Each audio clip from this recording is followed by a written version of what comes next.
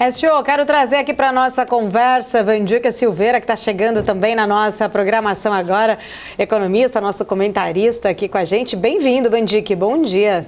Muito obrigado, Paula, muito obrigado a todos. Maurílio, que está escondido aqui atrás, aqui do meu lado, Felipe. E é você, Écio, sempre um prazer ouvir você, leio e sou um fã das suas colunas, do tudo que você escreve. Écio é sempre muito coerente, né? Muito bom conversar com o Écio aqui na nossa programação, e também tem as colunas do Écio no nosso portal. Aproveitando esse gancho até, viu, Écio, que você estava levantando sobre toda essa questão, eu queria aproveitar e entender de vocês dois, inclusive trazendo o Vandica, eu vou começar com ele agora. Vandica, o governo discutindo até mesmo a criação de novos impostos, como um imposto mínimo ali para milionários, para tentar financiar todas essas promessas de campanha, até mesmo o aumento ali da faixa de isenção do imposto de renda. Queria saber de vocês dois, mas começando com você, Vandica, você acredita que estas medidas elas vão ser de fato suficientes para equilibrar as contas públicas, né? A gente está falando muito aqui dessa questão do risco fiscal pesando bastante, ou de fato ainda há risco da gente agravar essa percepção do aumento da carga tributária, gerando ainda mais fuga de capitais, fazendo, né, ali de alguma forma um desincentivo aos investimentos aqui no Brasil? Paula, essa é a estratégia do avestruz, né? Que é botar a cabeça dentro da terra e deixar aquele traseiro enorme para fora, né? O governo, infelizmente, não quer entender, se recusa a entender como a economia funciona, né? E que não existe possibilidade de equilíbrio fiscal sem que se passe pela parte fiscal da política econômica. Não é apenas uma questão de aumento ou redução de taxa de juros. No lado fiscal, o governo não tem feito a sua responsabilidade. Tem expandido demasiadamente gastos, 15% real, e tem feito também uma arrecadação recorde em cima de recorde.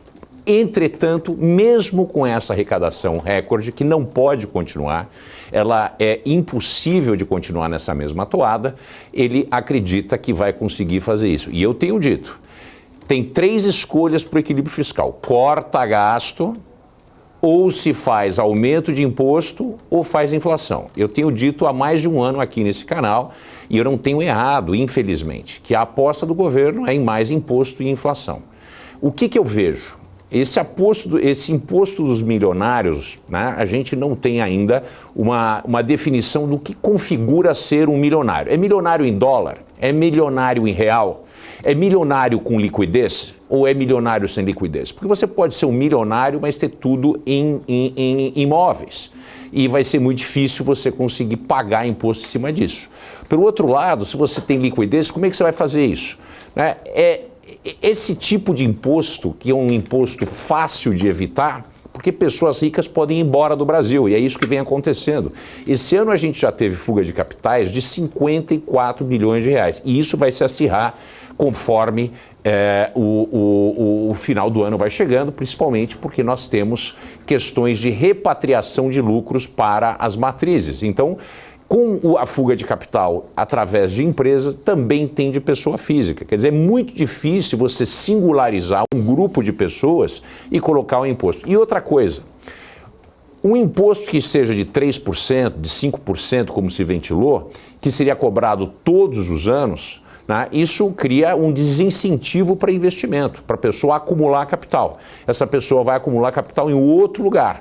Quer dizer, as alternativas não fazem sentido. Do ponto de vista da lógica econômica, né, da teoria econômica e do que a gente tem como o que foi feito e funcionou, a alternativa do governo, e eu venho dizendo isso, é criar uma CPMF. A CPMF funciona porque ela tem uma base muito grande e não tem para onde fugir. Se você singulariza um grupo de pessoas, essas pessoas têm muito mais facilidade, além do fato de terem poder político, porque elas passam a ter o incentivo de se mobilizar contra o governo, né, e é muito difícil. Outro ponto importante. A única maneira de se aumentar esse imposto seria através de uma medida provisória, que pode ser cassada pelo Congresso. Eu acho muito difícil um Congresso que está pronto para a reeleição agora em 2026 vai aprovar qualquer medida que passe por um projeto de lei ou uma PEC que vai impactar no aumento de impostos para qualquer grupo. Portanto, a perspectiva de um novo imposto, se não for uma base larga e algo muito pequeno, acho muito difícil, acho muito mais fácil o governo trabalhar com os impostos que já existem e elevar o quantitativo das alíquotas, porque não precisa passar pelo Congresso Nacional. Agora, isso não vai resolver, né? A estratégia do avestruz não funciona. Se a gente não endereçar de uma maneira contundente, compreensiva e profunda a questão dos gastos, não é possível manter o Estado brasileiro funcionando. O Brasil é o maior sistema de welfare, o estado de bem-estar do mundo. No Brasil, nós temos 111 milhões de pessoas, é mais do que a metade da população que recebe algum tipo de cheque do governo todos os meses. Um quarto da população, 59 milhões de pessoas, recebem Bolsa Família. Quer dizer, é insustentável essa situação. Então, a gente vai ter que tomar decisões muito sérias com relação à vinculação de gastos obrigatórios, a questão do salário mínimo, que é a maneira mais fácil, mais rápida de começar a conter gastos. Sem que haja, e isso eu venho dizendo há muito tempo, eu tenho feito essas contas, quando o Heron faz e aparece hoje no Estadão, né, o pessoal escuta, mas eu já fiz essa conta e volto a dizer, sem um superávit primário, sem matemática, né, o superávit primário como ele deve ser, de pelo menos 2,5% do PIB, pelos próximos 10, 15 anos, nós vamos ter um problema muito sério com o endividamento. Bom, eu quero voltar aqui com o Écio, até para ouvir sua opinião, Écio, também sobre isso, né? Mas tentando entender aí um pouco, diante desta fuga, ou melhor, né? A segunda maior saída de dólares que a gente já viu aqui da nossa história do Brasil, isso registrado até setembro, considerando todo este cenário, até mesmo no qual a gente está falando aqui, esta possibilidade até de trazer aí mais aumento de impostos, né? Por conta também de todas essas incertezas fiscais. Como que você vê o impacto disso, né? Destas políticas no fluxo de capitais aqui para o país? Primeiro, também queria cumprimentar a Wandica pelos elogios, inclusive. É um prazer estar escutando isso. É fruto aí de bastante trabalho, de estar sempre trazendo, né, opinião bem equilibrada, a meu ver, né, do que acontece, baseado em fundamentos econômicos, né. E eu concordo, acho que basicamente com todos os pontos que ele levantou. Essa questão do imposto sobre milionários, ela é muito complexa e muito difícil realmente de ir para frente. Se você for olhar, todos os membros do Congresso são milionários, né? E geralmente eles não votam em algo que vai impactar diretamente a eles, né? Começa por aí. Mas a questão do fluxo, Paula, até acrescentando um pouco de informação, esse é o segundo maior fluxo de saída de dólares da economia, né, desde 2020, quando teve a pandemia, e aí era um ano extremamente atípico, e até setembro, como você bem falou, se chegar e tiver mais 2 bilhões de dólares de saída daqui até o final do ano, que é muito provável que aconteça, porque o final do ano isso tende a acontecer também em maior volume, você vai ter o maior fluxo de saída de dólares, né, daqui do Brasil, de toda a história. Isso mostra que há um receio, né, com relação à tendência da economia brasileira, né, principalmente dessa questão fiscal, né, em termos de excesso de gastos, como a gente mencionou, e com novas modalidades de tributação que vão aí poder trazer surpresas desagradáveis para investidores, né, para empresas.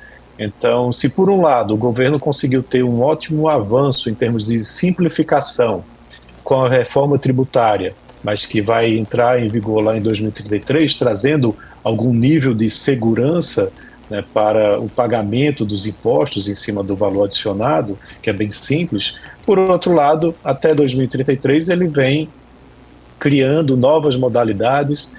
Toda semana a gente vê alguma discussão sobre novos impostos a serem cobrados e as decisões de investimento vão sendo postergadas, né? Você termina quando olha o cálculo do PIB desse ano e no ano passado também, a relação de investimentos sobre o PIB está muito baixa, porque você tem muito receio por parte dos empresários de como a economia vai se comportar. Ela está crescendo, mas como que ele vai ser tributado em cima disso? Então, essa preocupação termina fazendo com que decisões de investimento sejam postergadas ou migrem para outros mercados que são emergentes também e que oferecem menos riscos. Então, essa visão internacional, o Brasil quer ser protagonista em termos de política internacional, como a gente já vê isso sendo mencionado, mas às vezes quando você é pioneiro, isso pode trazer mais um resultado negativo do que um resultado positivo em termos de investimentos. Então, é preciso muita cautela nessas inovações que nós temos discutido por aqui. Exato, muito bem pontuado, Écio. Nosso tempo já chega aqui na reta final. Quero agradecer, muito obrigada. Sempre um prazer falar contigo. Até uma próxima. Sim, eu que agradeço aí. Foi ótimo ter conversado com vocês três. E espero que da próxima vez eu esteja aí novamente em São Paulo, presente com vocês. Um abraço.